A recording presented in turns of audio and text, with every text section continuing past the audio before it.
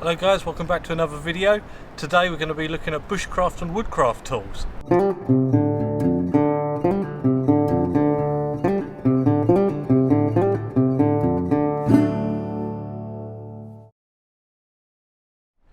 Okay guys, welcome back to the Kent Survival Gear and Review channel, sister channel to my main Kent Survival channel where I use the gear that I review here. Today, like I said, we're going to be looking at all these woodcraft and bushcraft tools. So they're all hand tools, all have their own purpose, and I'm going to go through them in groups for you, make it a bit simple going through everything. As you can see, we've got quite a lot to get through. As you may be able to hear, it's very windy here at the moment today. It's blowing in showers, it's blowing in sunshine, it's all over the place. Pretty much gale force. But I'm pretty safe here, there's nothing big to fall on top of me. So I thought first we'll cover pretty much everyone's favourite sort of subject, and that's axes. And I've got a few different types here to show you. So going from the biggest to the back here, we've got a big maul one. Now if you look at the head on that, very thick and basically for splitting wood. It's got a lot of weight behind it, nice big handle, and that wedge shape just easily splits wood. You've also got your kind of mallet end there as well for banging in wedges and things like that. It's not something you're going to be carrying around camping, but if you've got a permanent setup or something like that, yeah, it'll make light work of chopping wood. Right, my next biggest one here is this big broad-headed axe. This is a bit vintage, this one. But yeah, you see that big broad head on there, and this is for hewing, so you might want to call it a hewing axe, and that would be for going alongside like a log and making a flat side. Now a lot of these generally will be kind of like a chisel grind. This one was at one point, but it's been sharpened a bit on that side as well, but it's still, you know, one side heavy, and that's for, you know, going along on that side so you're flush to that wood. But yeah, that's your hewing axe. Next up here, one you see me use the most is a forest axe. This one here is a Halterfors forest axe. This, if you don't have too far to go or you've got a lot of work to do, it's a fantastic axe. Good for splitting, good for working with. The only thing you wouldn't really want to do with this is kind of carving, really, like carving small stuff, maybe a spoon or something. But a great workhorse if you can carry it. Perfect. Next up here, I've got a tomahawk. Not really used this, to be honest. I'm not a tomahawk man, I need to get to grips with it. Obviously small head, which can be removed, is its main thing. It's also very lightweight. So you can take this off the head, you can pack that, and then when you get somewhere you can use it like a hand tool, and you can make yourself a handle. Yeah, so good for taking on long trips and stuff, packing around. Rain's starting to come down and you can make your own handles with it. Lightweight, universal, hand tool, good tool. And down here we've got basically a hatchet, so a small sized axe. This one isn't particularly branded or anything. It cost me about £10 UK. It's got a nice kind of beard on it, so you can really choke up on it, and I use this either if I've got a long way to carry an axe, or if I'm doing some carving, you know, doing a spoon or something. Absolutely ideal.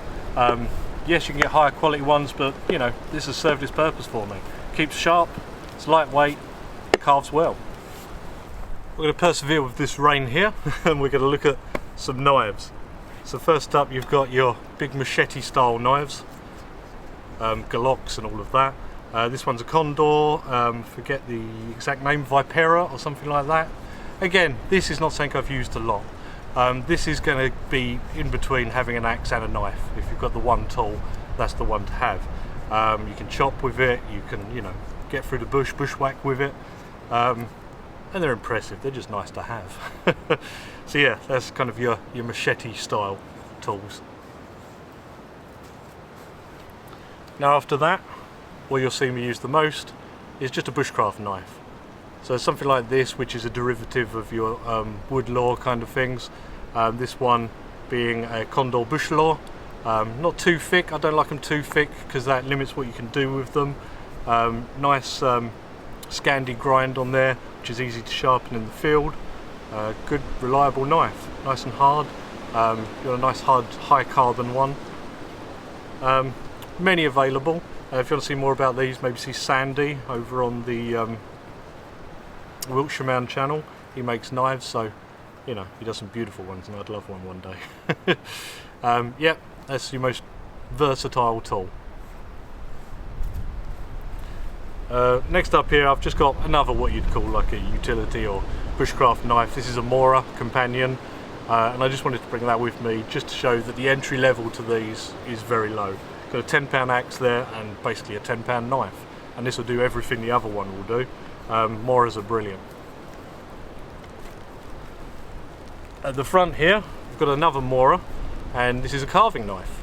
So small, very sharp, very pointy, for getting right in there when you're carving a spoon or something like that, maybe a pot holder.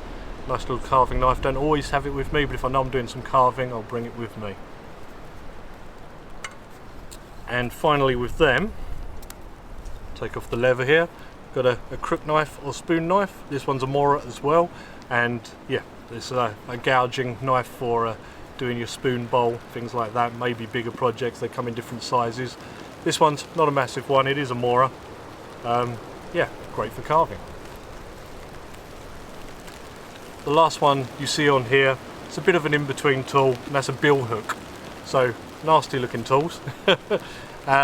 This isn't mine, this is a forester friends of mine. You will use these a lot for delimbing trees and stuff that you've cut down. If you're doing a lot of coppice work and things like that, working through a lot of brush, bill hook will do a great job, and it's got that lovely curve in it for really getting on there and getting through it. Alright, I had to stop briefly then, we had quite the downpour. Right, saws. So, you know, that's another vital thing really. Got a skew back here, which is just a hand saw. You can get a rip saw, or you can get a cross-cut saw. But yeah, just an example of that, you've all seen them. Here we've got one of the most popular folding saws. That's the Barco Laplander, easily packable. It's built to go through green wood, dry wood, plastic, all sorts. Used by the army. You'll see these on YouTube, people camping with them a lot. Very versatile, very packable. Always have mine. Here we have the Silky Big Boy. So they do various sizes of Silky, from the size of the Laplander all the way up to gigantic katanas. It's got a lock on it, it's got a couple of positions, so if you're sawing something low down, quite handy.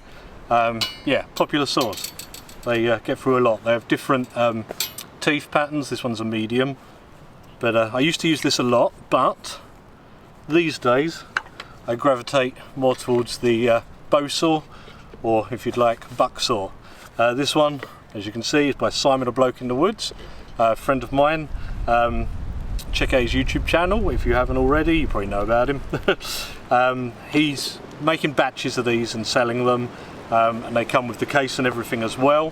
When he's got another batch, I'm going to go over it in more detail, but yeah, they are great because they are collapsible, easy to replace the blade and carry around blades,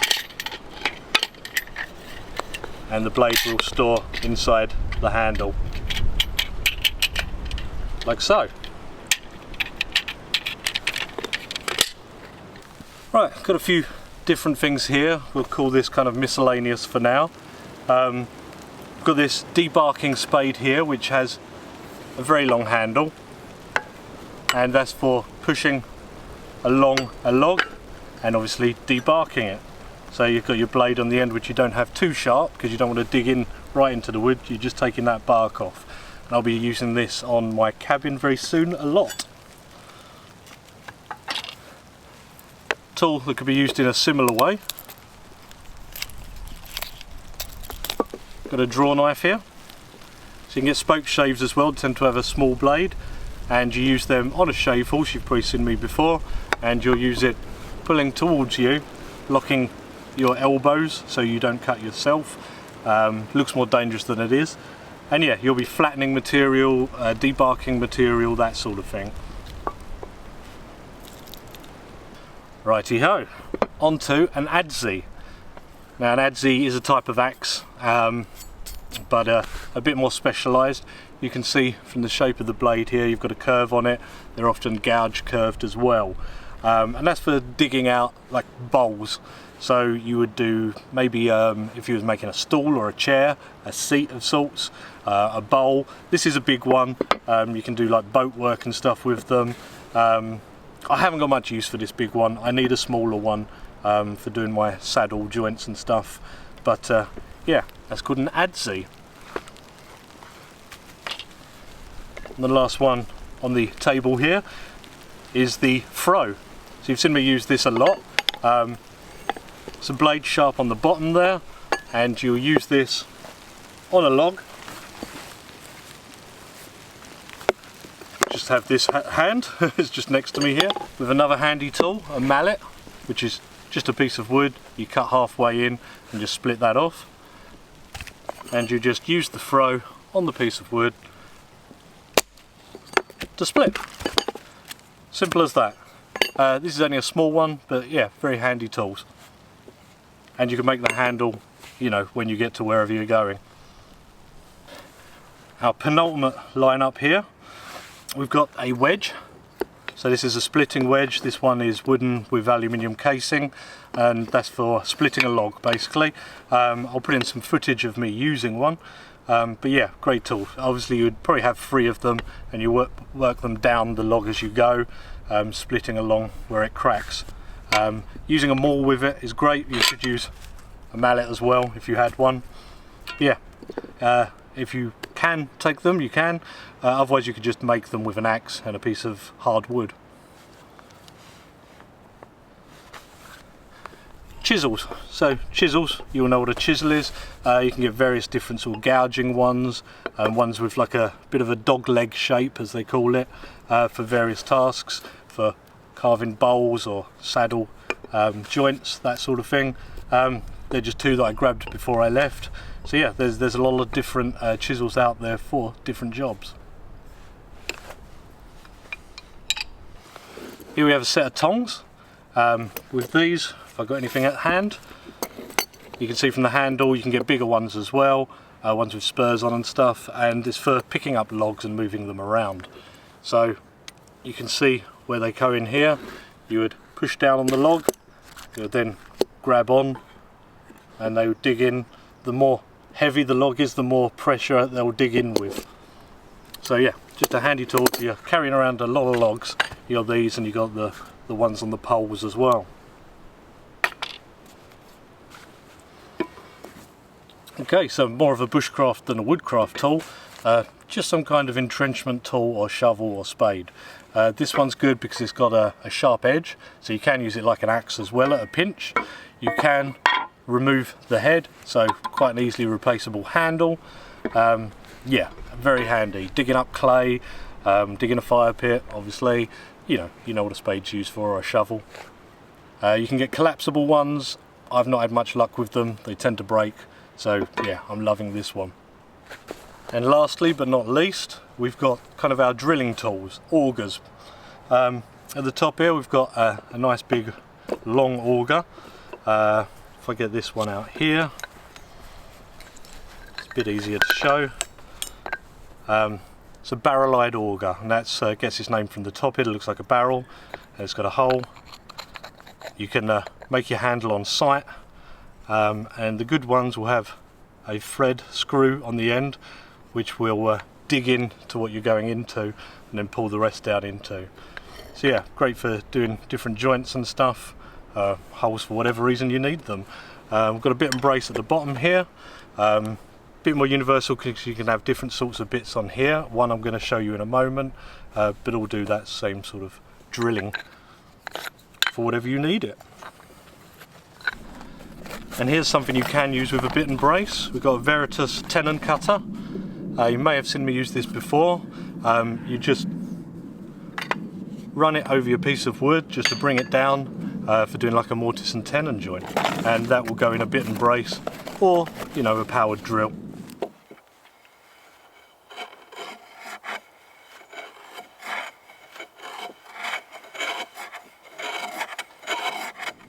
And a couple of things I'd recommend are a good pair of leather gloves for working, and some kind of sharpening stone. Something like that with 2 different grades on it, absolutely ideal when you're out and about and you need to resharpen on a big job. So that's been a look at various bushcraft tools. Some you would have known, some you may not have known. All have their own purpose.